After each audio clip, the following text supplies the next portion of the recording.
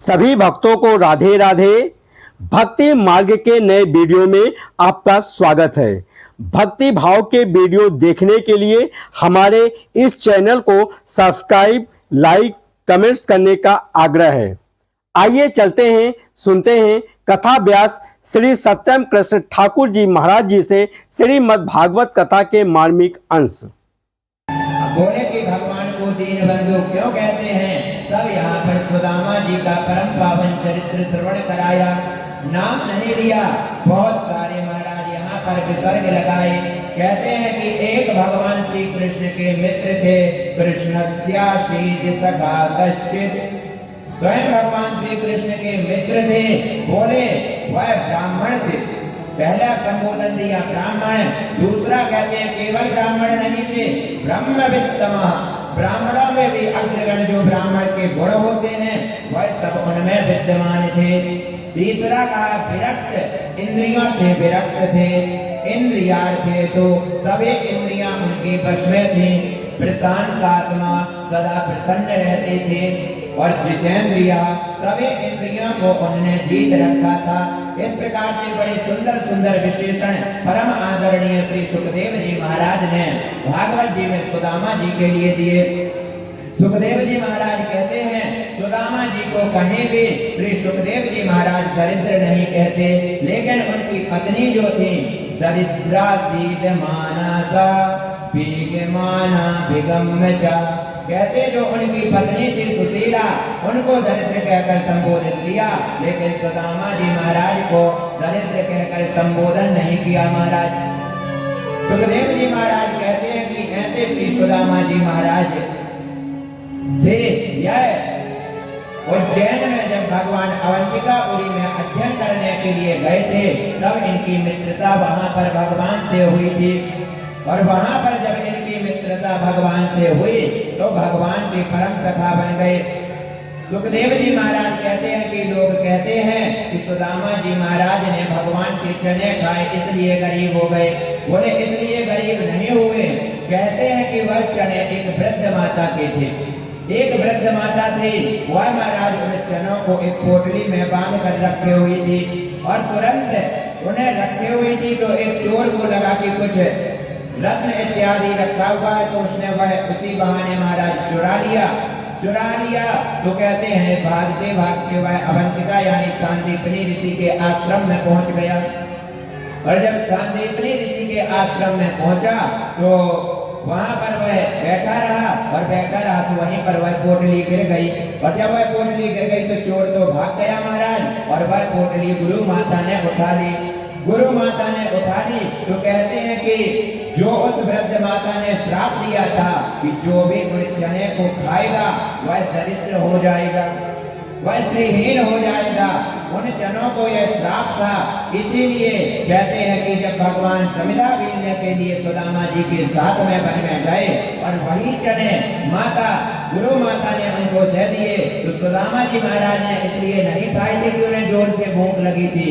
उन्होंने वह चने इसलिए खाए थे क्योंकि उन्हें पता था कि यदि इन चनों को किसी द्वारकाधीश ने खा लिया तो द्वारकाधीश के अंदर तो संपूर्ण ब्रह्मांड विद्यमान है, और यदि द्वारकाधीश ही महाराज दरिद्र हो गए तो पूरा संसार दरिद्र हो जाएगा। इसलिए सुदामा जी महाराज ने वह सारे चने यानी भगवान के हिस्से की दरिद्रता भी सुदामा जी महाराज ने अपने ऊपर ले ली।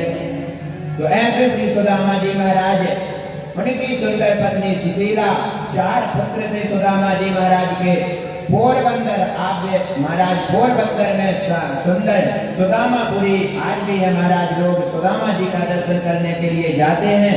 वहां पर एक टूटी फूटी झोपड़ी में सुदामा जी महाराज निवास करते थे।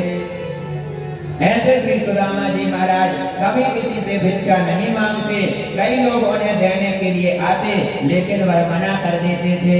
बोले कि मैं किसी का धन नहीं चाहता, क्योंकि मैं जानता हूँ कि ज्यादा धन हो जाएगा तो फिर मेरा भगवान में मन नहीं लगेगा। क्योंकि यह इंद्रियां बड़ी विचित्र है, हर इंद्रिय अपने रस के लिए अपनी ओर खींचती है। जीव को लगता है कि सुंदर स्वाद भोजन मिल जाए, आंखों को लगता है कि सुंदर दृश्य मिल जाए, कानों को लगता है कि सुंदर संगीत मिल जाए। इस प्रकार सारी इंद्रियां जीव को अपनी अपनी ओर खींचती हैं, लेकिन मैं अपनी सारी इंद्रियों को अपने वश में करके रखना चाहता हूँ। जब इस प्रकार से बार बार सुदामा जी महाराज कह देते तो उतना ही लेते जितने में महाराज उनका पेट भर जाता या बच्चों का गुजारा हो जाता। एक दिन उनकी पत्नी सुशीला कहीं पर बैठी हुई थी, और जब वह बैठी हुई थी तो उसने मन में विचार किया कि पता चला कि तुम्हारे जो पति हैं वह द्वारकाधीश के साथ में पड़े हैं, तुम्हारे पति के मित्र हैं द्वारकाधीश। जब इस प्रकार की बात उन्हें पता चली तो तुरंत वह अपने घर आई और घर आकर कहने लगी, ननो ब्रह्मण भगवता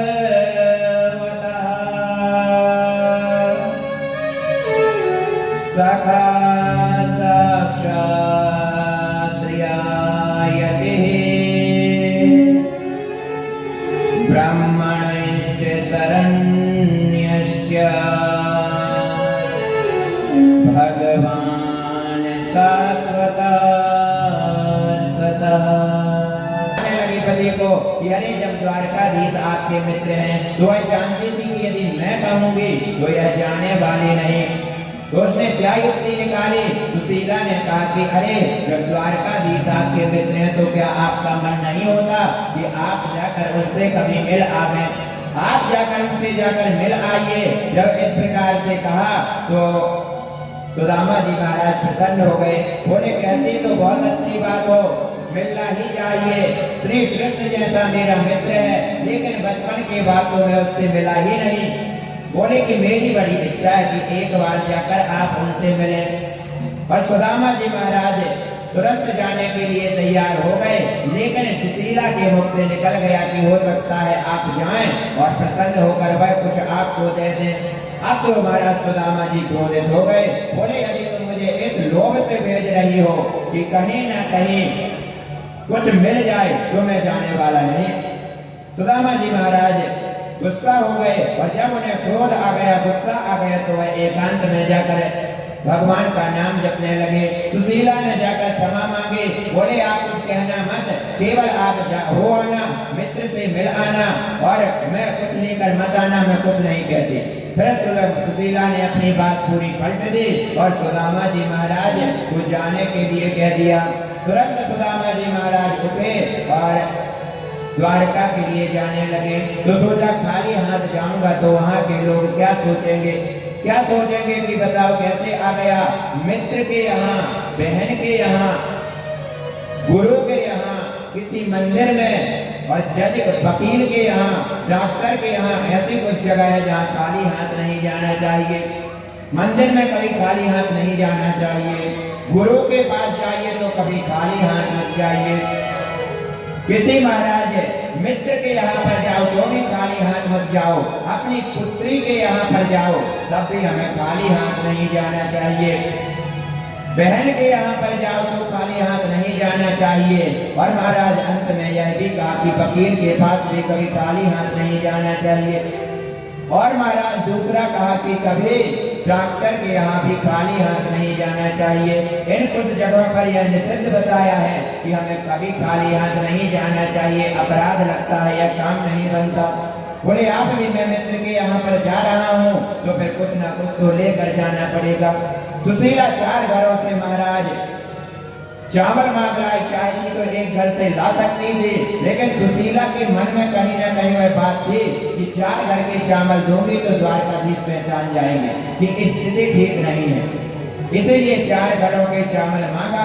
वाचित्वा चतुरो मुष्टिन विप्रान प्रतोक तंडुलान जय खंडम तान बद्वाचा भन्यै पाद तदायुगम। सुंदर एक फटे चित्रे वस्त्र में वो 3-4 बार महाराज लगाकर और उसने वह 4 मुट्ठी चावल बांध दिए। सुदामा जी महाराज ने वह 4 मुट्ठी चावल लिए और 4 मुट्ठी चावल लेकर सुंदर भगवान का स्मरण करते हुए श्री सुदामा जी महाराज जाने लगे। सुशीला ने आवाज लगाई, एक बात कहूं, मेरा एक संदेश द्वारकाधीश को दे देना। बोले अच्छा बोल। तो सुशीला कहती है, एक मास दुई पाक में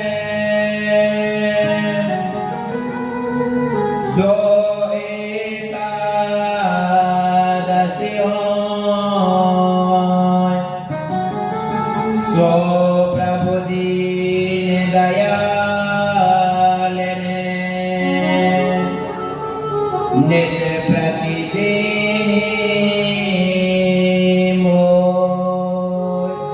सुशीला के महाराज इस बात के माध्यम से कि सबके यहाँ पर तो केवल 2 दिन भोजन नहीं रहता, 1 महीने में जब 2 एकादशी आती हैं, लेकिन गोविंद आपकी मुझ पर इतनी कृपा है कि मैं रोज एकादशी करती हूँ।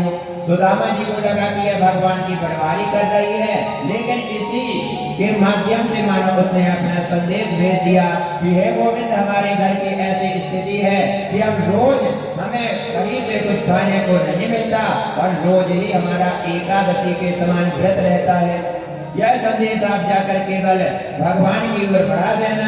भगवान का यह वचन है कि जब मेरी ओर कोई 1 पग बढ़ाता है तो मैं उसकी ओर पग 60 बढ़ाता हूँ। जो तू आवे 1 पग, मैं आऊं पग 60, मैं उसकी ओर 60 पग रखता हूँ। कोई केवल मेरी ओर चलकर तो देखे, मैं उसे सभी से अभय न कर दूं तो कहना। और इस प्रकार से श्री सुदामा जी महाराज, कहाँ द्वारका है और कहाँ महाराज पोरबंदर, जहाँ पर सुदामापुरी है, दोनों में महाराज बड़ी दूरी है। सुदामा जी महाराज धीरे धीरे चल पड़े। सुखदेव जी महाराज कहते हैं, मन में विचार करते जा रहे हैं, ना जाने कन्हैया को पहचाने गो कि ना है। बचपन में मिले थे, अब तो द्वारकाधीश रह गयो, बड़ो राजा बन गयो, ना जाने मुझ पहचाने गो कि नहीं। और मैं तो अपने प्रारब्ध के अनुसार भिखारी ही बनो रह गयो। या प्रकार से बार बार विचार करते हुए सुदामा जी महाराज धीरे धीरे आगे बढ़ने लगे। सुखदेव जी महाराज कहते हैं, जैसे ही आगे बढ़े तो एक बड़ी भारी नदी पड़ी तो देखा अब इसे कैसे पार करो। बड़े ही मैली धोती पहन रखी है सुदामा जी ने, बड़े ही महाराज चरणों में पादुका नहीं है, सर में पगड़ी नहीं है। ऐसे सुदामा जी महाराज धीरे धीरे चलते जा रहे हैं। अब महाराज वह एक वृक्ष के नीचे बैठ गए और जब बैठ गए तो इतने में भगवान ही एक कीवट के रूप में वहां पर आ गए। और जब भगवान कीवट के रूप में वहां पर आ गए तो सुखदेव जी महाराज कहते हैं, तुरंत पूछा, हे बाबा कहाँ जा रहे हो? सुदामा जी ने कही, मोह द्वारका जानो है, लेकिन बीच में यह नदी पड़ गई, अब मैं यह नदी को कैसे पार करूं? तो आने कही, यदि तो पूरे साथ में चल रहे हो तो चल। अब भगवान कहने लगे, भगवान ने कहा, मैं पार ही जा रहा हूँ, यदि बाबा तो चल रहे तो चल, लेकिन दाम लगेगा। सुदामा जी ने कही, मोरे पास जावे का कछु ना, यदि तो ले चल रहे हैं तो ऐसे ही ले चल, वरना अपने राम तो यहीं पर पड़े हैं, यदि द्वारकाधीश को बुलाना होगा तो कछु व्यवस्था करेंगे। भगवान ऐसे करुणा पर रीझ गए, तुरंत सुदामा जी महाराज को नाव में बैठाया और बोले कि मुझे और रुपया पैसा नहीं चाहिए, जब तक तू यहाँ से मेरे साथ में चलना, मुझे केवल भगवान का नाम सुनाते रहना, मुझे केवल भगवान का नाम सुनाते रहना, यही मुझे तुझसे नाव की उतराई चाहिए। सुदामा जी तो गदगद हो गए, बोले ये तो मैं खूब दे सकता हूँ, यह धन तो मेरे पास में बहुत है। अब महाराज सुदामा जी महाराज उस नाव में बैठ गए और सीधे द्वारका के लिए प्रस्थान कर गए। नाव में बैठकर सुदामा जी महाराज गाने लगे, हरे कृष्णा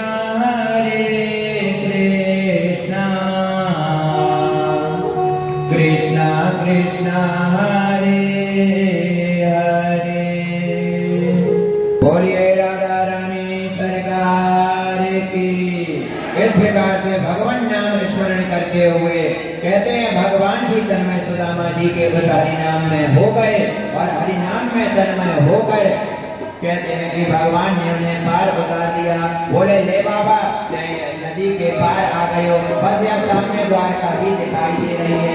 बड़े बड़े महल दिखाई दे रहे थे और श्री सुदामा जी महाराज धीरे धीरे उस बड़ी इतनी बड़ी द्वारका में, जहाँ पर बड़े दिव्य 16,108 महल केवल भगवान के बने हुए हैं, ऐसी द्वारका में श्री सुदामा जी महाराज पहुंच गए। और श्री सुदामा जी महाराज वहां पर पहुंचकर और पूरे महाराज द्वारका में भ्रमण करने लगे, पूरी द्वारका में भ्रमण करने लगे और सबसे पूछने लगे कि कृष्ण कहाँ है, कृष्ण कहाँ है, कृष्ण लाला कहाँ मिलेगा। अब महाराज वहां पर कृष्ण पहुंच जाने, अब महाराज ब्रज की बात थोड़ी है कि वहां पर कृष्ण चले। बोले कि यहाँ पर कृष्ण नहीं है। बोले जो यहाँ का राजा है वही तो कृष्ण है। बोले उसे तुम इस प्रकार पुकारते हो। बोले तो क्या नाम है गयो?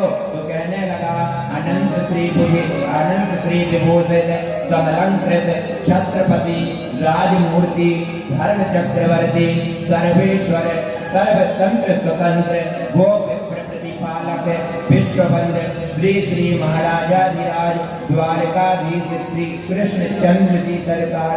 सुदामा जी सर में हाथ ठोक भी लगे, कृष्ण से इतना बड़ो नाम है गए महाराज, 1 महीना तो नाम लेते ही में निकल जाएगा। बोले बोलते इतना बड़ो नाम ना है बने को। बोले तो सीधे सीधे ये बताओ कृष्ण। तो बोले तुम्हें उनके पास जाके क्या करना है? तो बोले कि कृष्ण मेरे बचपन के मित्र हैं, जो आस्तिक थे वह तो समझ गए कि द्वारकाधीश के यहाँ पर अकिंचन लोग ही आते हैं, लेकिन जो महाराज थोड़े नास्तिक थे वह तो सुदामा जी का परिहास करने लगे, यह द्वारकाधीश का मित्र होगा। बताओ तो जिसके पास में पहनने के लिए वस्त्र नहीं, पादुका नहीं, पगड़ी नहीं, वह द्वारकाधीश का मित्र। कई ताली बजा बजा कर सुदामा जी का परिहास करने लगे। सुदामा जी ने उनकी बातों का बिल्कुल ध्यान नहीं दिया, क्योंकि वह तो मान अपमान से परे थे। शुक्राचार्य जी महाराज कहते हैं इस प्रकार से सुदामा जी महाराज पूरी द्वारका में भगवान का पता पूछते हुए किसी ने कहा कि जो 16,108 महल हैं उनमें से जो सबसे सुंदर और सबसे बड़ा महल है, जहाँ पर भगवान रुक्मणी जी के साथ में निवास करते हैं, वहीं पर मिलेंगे। और अब सुदामा जी महाराज पूरी द्वारिका में पूछते हुए तुरंत धीरे धीरे रुक्मणी जी के महल के पास में पहुंच गए। और जब महल के पास में पहुंचे तो श्री सुखदेव जी महाराज वर्णन करते हैं कि द्वारपालों से सुदामा जी महाराज पूछने लगे कि कृष्ण कहाँ पर मिलेगा और किस प्रकार से सुदामा जी महाराज पूछते हैं। और सुदामा जी के पैरों पे अपने हाथों से सहलाने लगे। तुम कहते हो परीक्षित भगवान का नाम दीनबंधु क्यों पड़ा? इसलिए भगवान का नाम दीनबंधु पड़ा। बताओ भला ऐसा कौन होगा?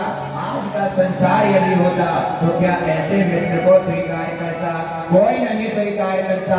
लोग मित्र भी बनाते हैं तो उसका पद देखकर, उसकी प्रतिष्ठा देखकर, लेकिन उन्होंने सुदामा जी महाराज को इस प्रकार से बड़ा सुंदर धर्म दिया। सुखदेव जी महाराज कहते हैं परीक्षित सुदामा जी महाराज का बड़ा सुंदर स्वागत है द्वारकाधीश ने किया। और